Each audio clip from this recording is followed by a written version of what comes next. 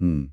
রাতের আকাশের দিকে তাকালে মানে অসংখ্য এলোমেলো তারা চোখে পড়ে, তাই না? হ্যাঁ, একদম। কিন্তু অদ্ভুত ব্যাপার হলো প্রাচীন গ্রিকরা রাতের পর রাত আকাশের দিকে তাকিয়ে শুধু কিছু বিক্ষিপ্ত আলোর বিন্দুই দেখেনি।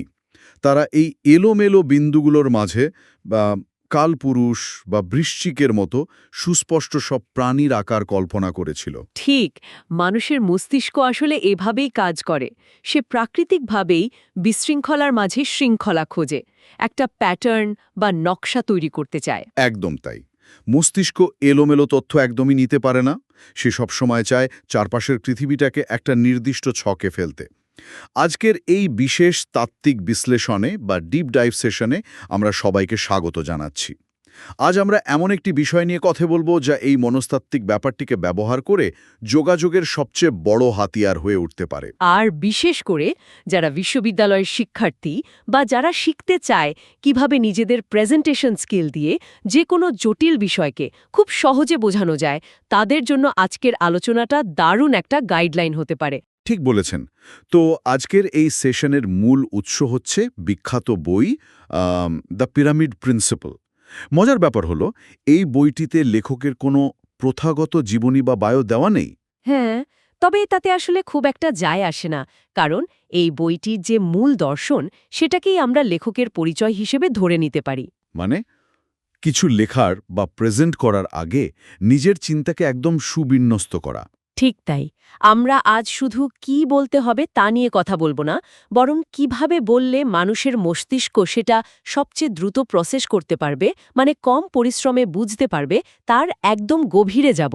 আচ্ছা, এই মস্তিষ্ক যেহেতু স্বভাবগতভাবেই শৃঙ্খলা পছন্দ করে, তো কোনো লেখা বা প্রেজেন্টেশনের কাঠামোটা আসলে কেমন হওয়া উচিত?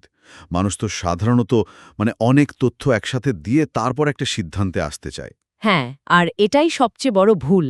এই পদ্ধতিটি কি তাহলে মস্তিষ্কের প্যাটার্ন খোঁজার প্রক্রিয়ার সাথে একটু পুরোপুরি সাংঘর্ষিক। একটা ছোট গল্প দিয়ে ব্যাপারটা পরিষ্কার করা যাক। ধরুন কেউ এসে আপনাকে বলল, স্টেডিয়ামের সিটগুলো খুব ঠান্ডা ছিল, আমি সেখানে এক লোকের সাথে প্রায় মারামারি বাঁধিয়ে ফেলেছিলাম, আর ইটালি একদমই ভালো খেলেনি, ম্যাচটা আসলেই জঘন্য ছিল। বাপরে!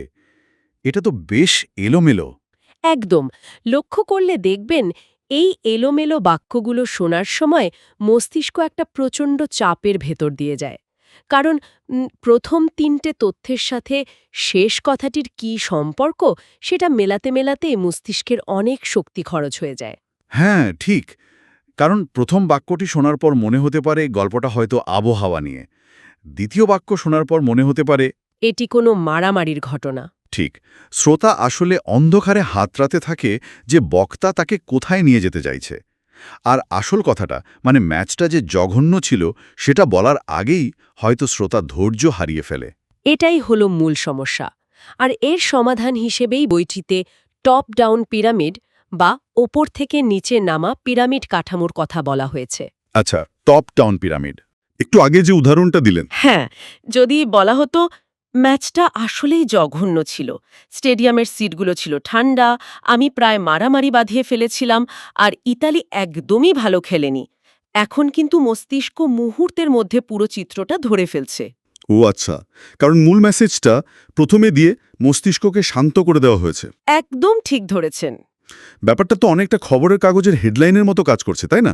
হ্যাঁ, দারুণ একটা অ্যানালজি। খবরের কাগজে কিন্তু পুরো ঘটনার বিবরণ দিয়ে শেষে গিয়ে বলা হয় না যে আর এভাবেই ব্যাংকটি ডাকাতি হলো, বরং বড় অক্ষরে হেডলাইন থাকে শহরে দুর্ধর্ষ ব্যাংক ডাকাতি, আর বিস্তারিত ঘটনা থাকে নিচে। ঠিক তাই, পাঠকরা তো আর সাসপেন্স থ্রিলার পড়তে আসেনি যে ক্লাইম্যাক্স একদম শেষে জানতে হবে। হ্যাঁ, তারা তথ্য জানতে চায়। অথচ বিশ্ববিদ্যালয়ের অনেক শিক্ষার্থী বা কর্পোরেট পেশাজীবীরা ভূমিকা দিতে দিতেই অনেকটা সময় পার করে দেন, আর আসল পয়েন্টটা রাখেন প্রেজেন্টেশনের একদম শেষে। একদম, শ্রোতা বা পাঠকের সময় বাঁচানো আর মনোযোগ ধরে রাখাটাই এখানে আসল কথা। যখনই মূল মেসেজটা শুরুতে দেওয়া হয়, তখন মস্তিষ্ক বাকি তথ্যগুলোকে সেই মেসেজের প্রমাণ হিসাবে খুব সহজেই ফাইল করে রাখতে পারে। বুঝতে পেরেছি। তো এই টপ ডাউন পদ্ধতিতে প্রেজেন্ট করা লজিকটা পরিষ্কার, কিন্তু এটা তো হলো ফাইনাল ডেলিভারি। যখন কেউ প্রস্তুতি নিচ্ছে মানে ব্যাকএন্ডে কাজ করছে তখন তো তার মাথায় কোনো হেডলাইন থাকে না। না, তখন থাকে শুধু অসংখ্য এলোমেলো ডেটা বা আইডিয়া। তো এই এলোমেলো অবস্থা থেকে ওই চূড়ার হেডলাইন বা পিরামিডটা তৈরি করার প্রক্রিয়াটা নিশ্চয়ই একটু ভিন্ন। একদম ভিন্ন। সম্পূর্ণ উপস্থাপনা টপ ডাউন হলেও প্রস্তুতির সময় কাজ করতে হয় বটম আপ অ্যাপ্রোচ বা নিচ থেকে ওপরে ওঠার পদ্ধতিতে। আচ্ছা। না, বা একই ধরনের আইডিয়াগুলোকে একটা নির্দিষ্ট লজিকের ভিত্তিতে গ্রুপে আনতে হয়। গ্রুপিং করা। হ্যাঁ, আর সব শেষে একটি একক বাক্য দিয়ে সেই গ্রুপটির সারসংক্ষেপ করতে হয় যা ওই পিরামিডের চূড়ায় বসবে। আমি যদি একটা ব্যবসার উদাহরণ দিয়ে ব্যাপারটা চিন্তা করি, ধরুন আমি ডেটা বিশ্লেষণ করে দেখলাম যে কাস্টমার সংখ্যা বাড়ছে, প্রতিটি কাস্টমার আগের চেয়ে বেশি টাকার পণ্য কিনছে আর পণ্যের দামও কিছুটা বাড়ানো হয়েছে। আচ্ছা। এই তিনটে ডেটাকে যদি আমি একটা গ্রুপে ফেলি তাহলে এর চূড়ার বাক্যটি হতে পারে আমাদের মোট বিক্রি বাড়ছে। আবার অন্য একটা জায়গা থেকে হয়তো দেখলাম যে ফিক্সড খরচ কমেছে এবং ভ্যারিয়েবল খরচও কমেছে। তো এর চূড়ায় কি বসতে পারে? এর চূড়ায় বসতে পারে আমাদের খরচ কমছে। এরপর এই বিক্রি বাড়ছে আর খরচ কমছে, এই দুটো গ্রুপকে মিলিয়ে একেবারে সর্বাগ্রে যে চূড়ান্ত হেডলাইনটা পাবো তা হলো আমাদের মুনাফার রেকর্ড পরিমাণ বাড়ছে। চমৎকার, খুব সুন্দর একটা বটম আপ গ্রুপিং করেছেন। এভাবেই নিচ থেকে ধাপে ধাপে ওপরে উঠতে হয়। তবে এই গ্রুপিং করার ক্ষেত্রে বইটিতে অত্যন্ত কড়া দুটি নিয়মের কথা বলা হয়েছে। তাই নাকি? নিয়ম দুটো কি কি? প্রথম নিয়মটি হল সারসংক্ষেপ কখনো ফাঁকা বুলি বা অর্থহীন স্টেটমেন্ট হতে পারবে না। অনেকেই প্রেজেন্টেশনে স্লাইডের হেডিং দেন অস্ট্রিয়াতে আমাদের ব্যবসা বাড়ানোর 3টি কারণ। হ্যাঁ, এটা তো খুবই কমন। কিন্তু এটি কোনো সারসংক্ষেপ নয়, এটি স্রেফ অলসতা। লেখক এখানে পাঠকের জন্য 3টি কারণকে আসলেই একটি মূল ধারণায় নিয়ে আসার কষ্টটুকু করেননি। এখানে আমি একটু পুশব্যাক করতে চাই। হ্যাঁ, বলুন। কর্পোরেট দুনিয়ায় বা একাডেমিক প্রেজেন্টেশনে 3টি প্রধান কারণ বা 5টি মূল চ্যালেঞ্জ এই ধরনের স্লাইড তো আমরা অহরহ দেখছি। সবাই তো এভাবেই কাজ করে। এটা কি সরাসরি অলসতা বলাটা কি একটু বেশি কঠোর হয়ে যাচ্ছে না? কঠোর মনে হলেও এটিই বাস্তবতা। যখন কেউ বলে 3টি প্রধান কারণ, তখন সে আসলে শ্রোতাকে ওই 3টি কারণ পড়ে তাদের নিজেদের মতো করে একটি সম্পর্ক খুঁজে বের করতে বাধ্য করে। ও আচ্ছা, মানে শ্রোতার উপর কাজ চাপিয়ে দেওয়া হচ্ছে। একদম, শ্রোতার ওপর এই বুদ্ধিবৃত্তিক চাপটা দেওয়া উচিত নয়। প্রেজেন্টারের দায়িত্ব ছিল ওই 3টি কারণ বিশ্লেষণ করে তাদের ভেতরের মূল সুরটি বের করে আনা। একটু উদাহরণ দিয়ে বোঝাবেন? ধরুন, অস্ট্রিয়াতে ব্যবসা বাড়ানোর 3টি কারণ না বলে যদি বলা হয় অস্ট্রিয়ার বাজারে প্রবেশ করলে আমাদের লজিস্টিক খরচ কমবে এবং দ্রুত মার্কেট শেয়ার ধরা যাবে, তাহলে কিন্তু ওই স্লাইডের মূল বার্তাটি আর অস্পষ্ট থাকে না। বুঝতে পেরেছি। মানে ডেটাগুলো শুধু জড়ো করে রাখলেই হবে না, তাদের ভেতরকার আসল অর্থটা প্রেজেন্টারকেই বের করে দিতে হবে। আর দ্বিতীয় নিয়মটা কি ছিল? দ্বিতীয় নিয়মটি হল গ্রুপ করা আইডিয়াগুলো যৌক্তিকভাবে একই স্তরের হতে হবে। মানে একটি গ্রুপে আপেল, ফল এবং টেবিল একসাথে রাখা যাবে না। আপেল, ফল আর টেবিল? হ্যাঁ, কারণ আপেল একটি নির্দিষ্ট ফল, ফল হলো একটি উচ্চ স্তরের ধারণা, আর টেবিল সম্পূর্ণ ভিন্ন ক্যাটেগরির একটি বস্তু।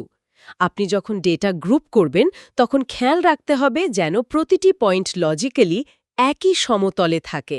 এই গ্রুপিংয়ের বিষয়টা বেশি ইন্টারেস্টিং। কিন্তু পয়েন্টগুলো গ্রুপ করার পর এদের মাঝে যৌক্তিক সম্পর্ক বা লজিক্যাল কানেকশন তৈরি করার উপায় কি? যুক্তির এই কাঠামোটি মূলত দুটি পিলারের উপর দাঁড়িয়ে থাকে, ডিডাকশন এবং ইন্ডাকশন।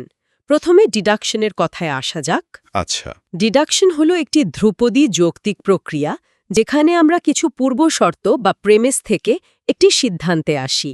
সবচেয়ে ক্লাসিক উদাহরণ হল সব মানুষ মরণশীল, এটি প্রথম প্রেমিস। গোলায়েথ একজন মানুষ, এটি দ্বিতীয় প্রেমিস। অতএব চূড়ান্ত সিদ্ধান্ত হল গলিয়াত মরণশীল। একদম তাই। এটা তো যে কোনো বেসিক লজিক ক্লাসে শেখানো হয়।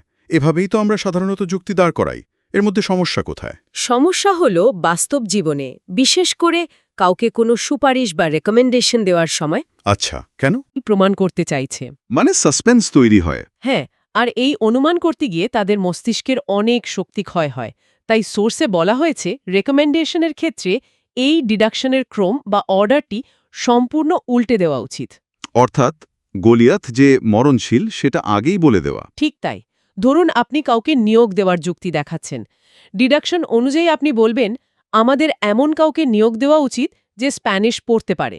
অ্যাপ্লিকেন্ট এ স্প্যানিশ পড়তে পারে, তাই তাকে নিয়োগ দেওয়া উচিত। আর উল্টে দিলে কি হবে? আপনি বলবেন, আমাদের অ্যাপ্লিকেন্ট এ কে নিয়োগ দেওয়া উচিত কারণ আমাদের এমন লোক চাই যে স্প্যানিশ পড়তে পারে এবং সে তা পারে। এটি অনেক বেশি সরাসরি। শ্রোতার ওপর থেকে অনুমান করার চাপটা একদম কমে যায়। এই বিষয়টা দারুণ।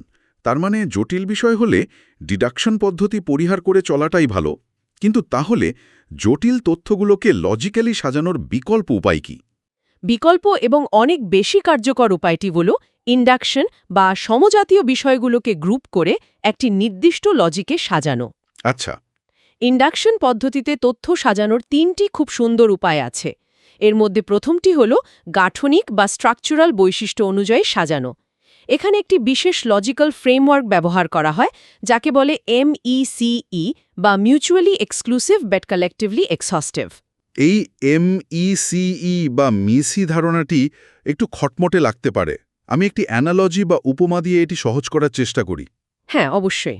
এটি অনেকটা একটি পিৎজা স্লাইস করার মতো। আপনি যখন পিৎজা কাটেন তখন কোনো স্লাইস একে অপরের উপর উঠে থাকে না, অর্থাৎ তারা একে অপরের থেকে সম্পূর্ণ আলাদা বা মিউচুয়ালি এক্সক্লুসিভ। ঠিক। আবার সবগুলো স্লাইস একসাথে মেলালে পুরো পিৎজাটা তৈরি হয়ে যায়, কোনো অংশ বাদ পড়ে না, অর্থাৎ তারা কালেকটিভলি এক্সহস্টিভ। অত্যন্ত চমৎকার একটি উপমা। আর এই পিৎজা স্লাইস করার নিয়মে যদি একটু ভুল হয়, তাহলে কি ঘটে জানেন? কি ঘটে? যদি দুটি পয়েন্ট বা স্লাইস ওভারল্যাপ করে, তবে শ্রোতা বিভ্রান্ত হয়। আর যদি কোনো একটি স্লাইস বাদ পড়ে যায়, তবে শ্রোতার মনে সন্দেহের সৃষ্টি হয় যে বক্তা কি কোনো তথ্য লুকাচ্ছে। তাই এই MECE ফ্রেমওয়ার্কটি এত জরুরি। বুঝতে পেরেছি। আর ইন্ডাকশনে সাজানোর বাকি উপায়গুলো? দ্বিতীয় উপায়টি হল ক্রনোলজিক্যাল বা সময়ানুক্রমিক। যেমন কোনো কাজের ধাপ বোঝাতে প্রথমে চাকরির বিজ্ঞাপন দেওয়া, তারপর ইন্টারভিউ নেওয়া এবং শেষে নিয়োগ দেওয়া। এটা বেশ সোজা। আর তৃতীয় উপায়টি হল গুরুত্ব বা বৈশিষ্ট্য অনুযায়ী সাজানো। যেমন সবচেয়ে ভারী থেকে হালকা বা সবচেয়ে লাভজনক থেকে কম লাভজনক। লজিকের এই ফ্রেমওয়ার্কগুলো সত্যিই শক্তিশালী। কিন্তু এগুলো তো গেল থিওরি। হ্যাঁ। বাস্তবে ধরা যাক কোনো কনসালটেন্ট বা ম্যানেজার যখন কোনো বড় ব্যবসায়িক সমস্যার সমাধান করতে যান, তখন এই পিরামিড আর MECE লজিক ব্যবহার করে তারা কিভাবে এগোবেন? করতে হবে সমস্যাটি আসলে কি। যেমন ফ্যাক্টরির প্রোডাকশন লাইন প্রতিদিন 3 ঘন্টা বন্ধ থাকছে। আচ্ছা, তারপর? এরপর খুঁজতে হবে সমস্যাটি কোথায় হচ্ছে। এটি সাপ্লাই চেনের সমস্যা নয়, এটি শুধু প্যাকেজিং সেকশনের মেশিনে হচ্ছে। এরপর প্রশ্ন আসবে কেন হচ্ছে। কারণ রক্ষণাবেক্ষণ কর্মীদের ওই নির্দিষ্ট মেশিনের উপর পর্যাপ্ত ট্রেনিং নেই। এই ধাপে ধাপে এগোনোর প্রক্রিয়াটি তো অনেকটা লজিক ট্রি বা যুক্তির গাছের মতো কাজ করছে, যেখানে একটি মূল কাণ্ড থেকে শাখা প্রশাখা বেরোতে থাকে। ঠিক ধরেছেন। লজিক ট্রি হল সমস্যা সমাধানের সেরা ভিজুয়াল টুল। একটু বুঝিয়ে বলবেন? ধরুন মূল সমস্যা হল মুনাফা বা প্রফিট কমে যাওয়া। এটি গাছের মূল কাণ্ড। এখান থেকে দুটি শাখা বেরোলো, বিক্রি কমেছে নাকি খরচ বেড়েছে। ডেটা দেখে বোঝা গেল বিক্রি ঠিক আছে কিন্তু খরচ বেড়েছে। তখন খরচ শাখাটি আবার দুটি প্রশাখায় ভাগ হল, ফিক্সড খরচ নাকি ভ্যারিয়েবল খরচ। এভাবে MECE লজিক ব্যবহার করে যত গভীরে যাওয়া যায়, সমস্যার আসল কারণটি তত দ্রুত ধরা পড়ে। আর একবার যখন কারণটা বের হয়ে গেল, তখন তো সমাধান বা সুপারিশ দিতে হবে। সেই সুপারিশগুলো কিভাবে সাজাতে হবে, তারও কি কোনো নিয়ম আছে? অবশ্যই। এবং এখানেই সবচেয়ে বড় ভুলটি হয়। মানুষ সাধারণত কাজের একটি লম্বা তালিকা ধরিয়ে দেয়। হ্যাঁ, যেমন সুপারভাইজারদের ট্রেনিং দিন বা নতুন ম্যানুয়াল তৈরি করুন। ঠিক, এগুলো খুবই ভাষা পয়েন্ট। এর বদলে সুপারিশ বা রেকমেন্ডেশন সবসময় কাঙ্ক্ষিত ফলাফলের বা ডিজায়ার্ড ইফেক্টের উপর ভিত্তি করে সাজাতে হবে। মানে ফলাফলটা আগে বলতে হবে। হ্যাঁ, আপনার প্রধান হেডলাইন বা টপ ডাউন পিরামিডের চূড়াটি হওয়া উচিত একটি ফলাফল। যেমন আগামী প্রান্তিকে প্যাকেজিংয়ের ত্রুটি শূন্যের কোঠায় নামিয়ে আনা। আর এই ফলাফলের অধীনে নির্দিষ্ট কাজগুলো তালিকাভুক্ত থাকবে। এর পেছনেও নিশ্চয়ই একটা মনস্তাত্ত্বিক কারণ আছে। যখন শুধু কি করতে হবে তার একটা তালিকা দেওয়া হয়, তখন তা একঘেয়ে মনে হয়। একদম। কিন্তু যখন সেটাকে একটা কাঙ্ক্ষিত ফলাফল বা উদ্দেশ্যের মোড়কে দেয়া হয় তখন কাজের পেছনের কেন বা কারণটা পরিষ্কার হয়ে যায়। এতে কাজে যুক্ত থাকা মানুষদের মোটিভেশন অনেক বেড়ে যাওয়ার কথা। একদম সঠিক বিশ্লেষণ। মানুষ তো আর যন্ত্র নয় যে শুধু নির্দেশ পালন করবে, তারা কাজের উদ্দেশ্য জানতে চায়। কাঙ্ক্ষিত ফলাফল দিয়ে পয়েন্ট সাজালে সেই উদ্দেশ্যটাই সবার সামনে পরিষ্কার হয়ে ওঠে। আমরা এতক্ষণ ধরে চিন্তাকে সাজানো, গ্রুপিং করা, লজিক ট্রি নিয়ে অনেক গভীর আলোচনা করেছি। এই পুরো কাঠামো বা ব্যাকএন্ডের কাজটা যখন শেষ হয়ে যায় তখন সেটাকে বাস্তবে রূপ দেওয়ার পালা। হ্যাঁ, এবার প্রেজেন্টেশনের পালা। যখন এই পুরো চিন্তাটাকে কাগজের পাতায় বা স্লাইডে নামানো হয় তখন একেবারে প্রথম মুহূর্ত থেকে শেষ পর্যন্ত শ্রোতার মনোযোগ কিভাবে ধরে রাখা যায়, কারণ শুরুতেই যদি কেউ খেই হারিয়ে ফেলে তবে তো কোনো লাভ হবে না। মনোযোগ ধরে রাখার এই জাদুকরী উপায়টি হল যে কোনো প্রেজেন্টেশন বা রিপোর্টের শুরুতে একটি 30 সেকেন্ডের ইন্ট্রো যুক্ত করা। 30 সেকেন্ডের ইন্ট্রো? হ্যাঁ, এই ইন্ট্রোটি কোনো কাঠখোট্টা তথ্য হবে না, এটি হবে একটি গল্প। আর যে কোনো ধ্রুপদী গল্পের মতো এর 3টি অংশ থাকবে: পরিস্থিতি, জটিলতা এবং সমাধান। এই পরিস্থিতি, জটিলতা আর সমাধানের বিষয়টা একটা বাস্তব উদাহরণ দিয়ে শুনলে বুঝতে সুবিধা হতো। সোর্সেই এর একটি নিখুঁত উদাহরণ দেওয়া আছে। ধরা যাক অর্গানিক্স নামের একটি কোম্পানির কথা। আচ্ছা। গল্পের শুরুটা হবে পরিস্থিতি বা সিচুয়েশন দিয়ে। অর্গানিক্স অস্ট্রিয়ার মার্কেটে একটি নতুন খনি প্রকল্পে বিনিয়োগ করতে চাইছে। লক্ষ্য করুন, এটি এমন একটি তথ্য যার সাথে কেউ দ্বিমত পোষণ করবে না। এটি শ্রোতাকে একটি স্বস্তিদায়ক অবস্থানে নিয়ে আসে। এরপর নিশ্চয়ই গল্পে একটা টুইস্ট বা জটিলতা আসবে যা শ্রোতার মনে একটা টেনশন তৈরি করবে। ঠিক তাই, এরপর আসবে জটিলতা বা কমপ্লিকেশন। কিন্তু সমস্যা হল অস্ট্রিয়াতে বিদেশি কোম্পানিকে সহজে পারমিট দেওয়া হয় না এবং নতুন করে কাজ শুরু করাও অত্যন্ত ব্যয়বহুল। এই জটিলতাটি শোনা মাত্র শ্রোতার মনে স্বয়ংক্রিয়ভাবে একটা প্রশ্ন জেগে উঠবে, তাহলে এখন এই সমস্যার সমাধান কি? আর শ্রোতার মনে প্রশ্নটা জাগার সাথে সাথেই সেই টপ ডাউন পিরামিডের নিয়ম অনুযায়ী সমাধান বা রেজলিউশনটা দিয়ে দিতে হবে। মানে শ্রোতা প্রশ্নটি করার আগেই সমাধানটি দিয়ে দেবেন? একদম নিখুঁত ধরেছেন। আপনি বলবেন, এই পরিস্থিতি মোকাবেলায় আর্গোন্যাক্সের উচিত অস্ট্রিয়ার কোনো বিদ্যমান লোকাল কোম্পানি কিনে নেওয়া, কারণ তাদের পারমিট করাই আছে। বাপরে, দারুণ তো! এই পুরো গল্পটি বলতে সময় লাগবে মাত্র 30 সেকেন্ড, কিন্তু এর মাধ্যমে শ্রোতা শুরুতেই পুরো প্রেজেন্টেশনের একটি পরিষ্কার রোডম্যাপ পেয়ে যায়। 30 সেকেন্ডের এই গল্পটা সত্যি অসাধারণ একটা হুক হিসেবে কাজ করবে, কিন্তু এরপর যখন মূল অংশে প্রবেশ করা হবে তখন পাঠক যাতে তালগোল পাকিয়ে না ফেলে তার জন্য নিশ্চয়ই ফরম্যাটিংয়ের একটা বড় ভূমিকা আছে। ফরম্যাটিং এবং ট্রানজিশন, এই দুটি জিনিস ছাড়া পুরো কাঠামো ভেঙে পড়বে।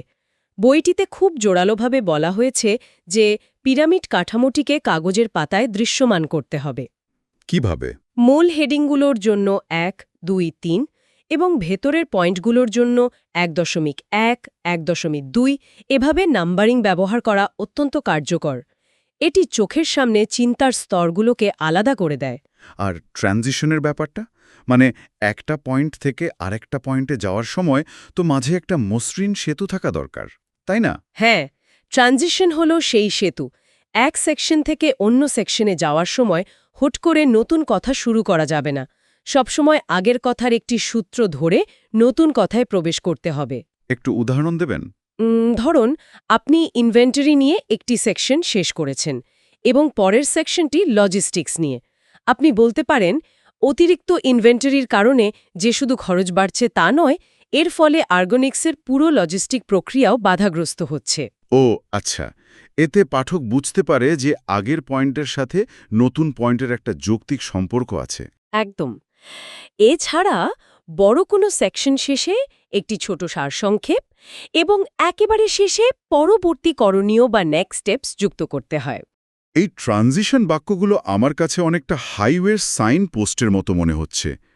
একটা অপরিচিত হাইওয়েতে ড্রাইভ করার সময় সাইন পোস্টগুলো যেমন ড্রাইভারকে হারিয়ে যেতে দেয় না, ঠিক বলেছেন, জানিয়ে দেয় সামনে কোন শহর আসছে বা কোথায় মোড় নিতে হবে, ঠিক তেমনি এই ট্রানজিশনগুলো পাঠককে প্রেজেন্টেশনের ভেতর হারিয়ে যেতে দেয় না। একদম সঠিক উপমা।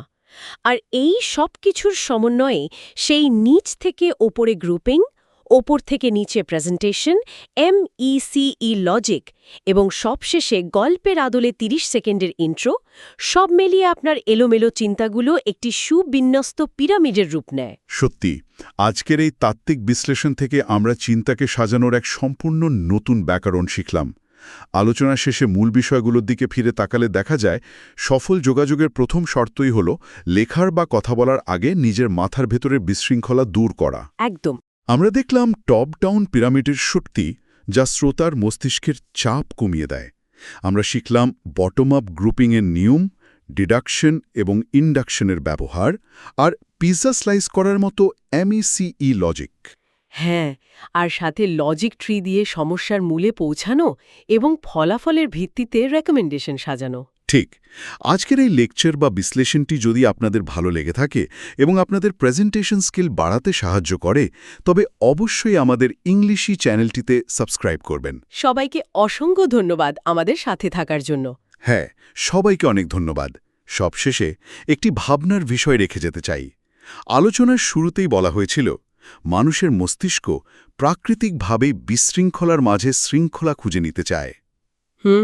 তাহলে একবার ভাবলে অবাক হতে হয়, দৈনন্দিন জীবনে কত গুরুত্বপূর্ণ যোগাযোগ ব্যর্থ হচ্ছে শুধু এই কারণে যে আমরা তথ্যের একটা বিশাল পাহাড় অন্যের দিকে ছুড়ে দিয়ে আশা করছি সে নিজ দায়িত্বে সেটা সাজিয়ে নেবে।